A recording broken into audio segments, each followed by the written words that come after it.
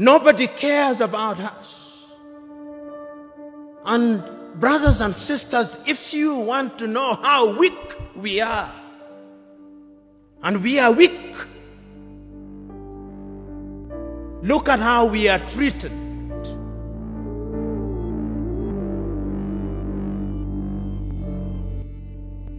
Last month,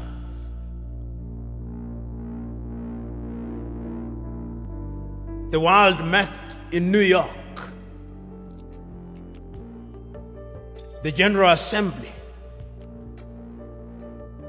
When African heads of states and government are speaking, the hall is empty.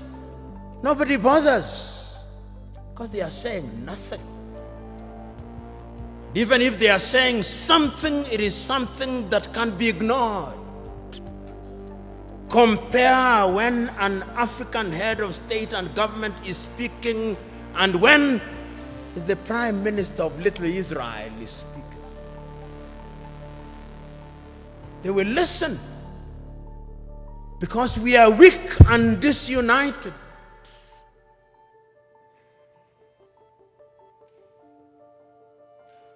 So we have a weak continent because the spirit of Pan-Africanism disappeared.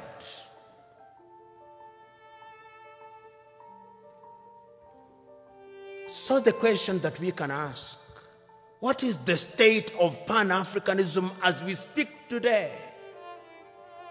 The African Union, which is weak, says the right things and does the wrong things 9 out of 10 times.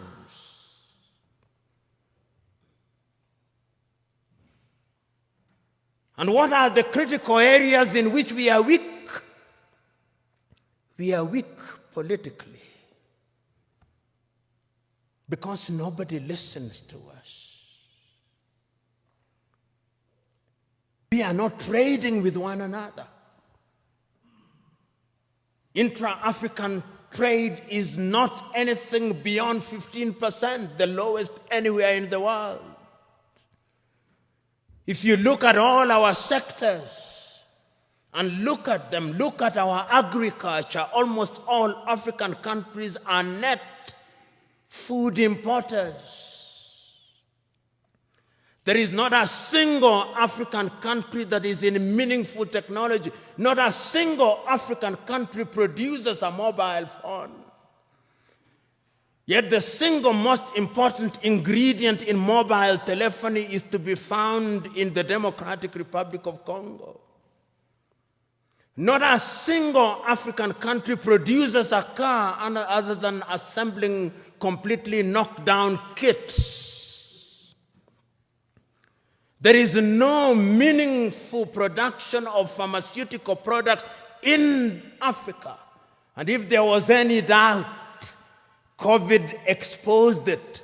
All African countries, the 55 of them, are waiting to either receive Sinovac from China, Sputnik from Russia, AstraZeneca, Johnson or Moderna.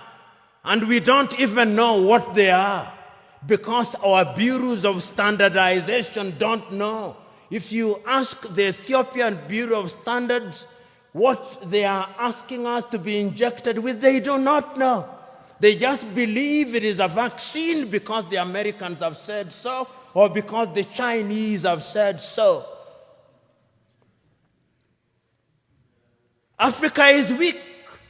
So that even this magnificent edifice, I suspect, has not been erected by Ethiopian engineers.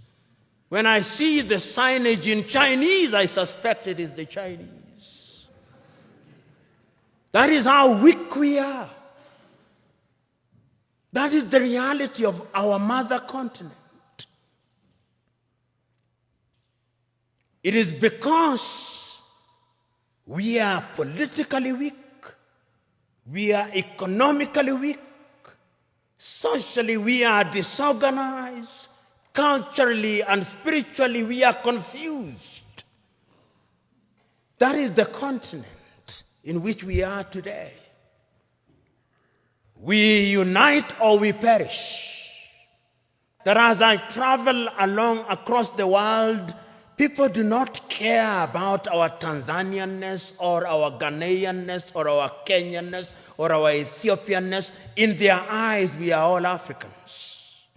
And perhaps that is what we should use as the building block in order to talk about African unity. But we are not being naive about that unity. Because sometimes when we talk about Pan-Africanism and about African unity, people think we are being too simplistic about it. No, it is not being simplistic and being naive.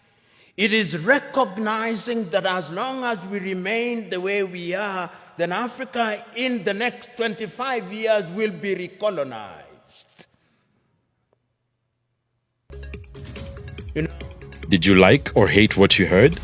Let us know in the comments below, and if you want more candid speeches like this, be sure to like, subscribe, and hit the notification bell to catch all our latest videos.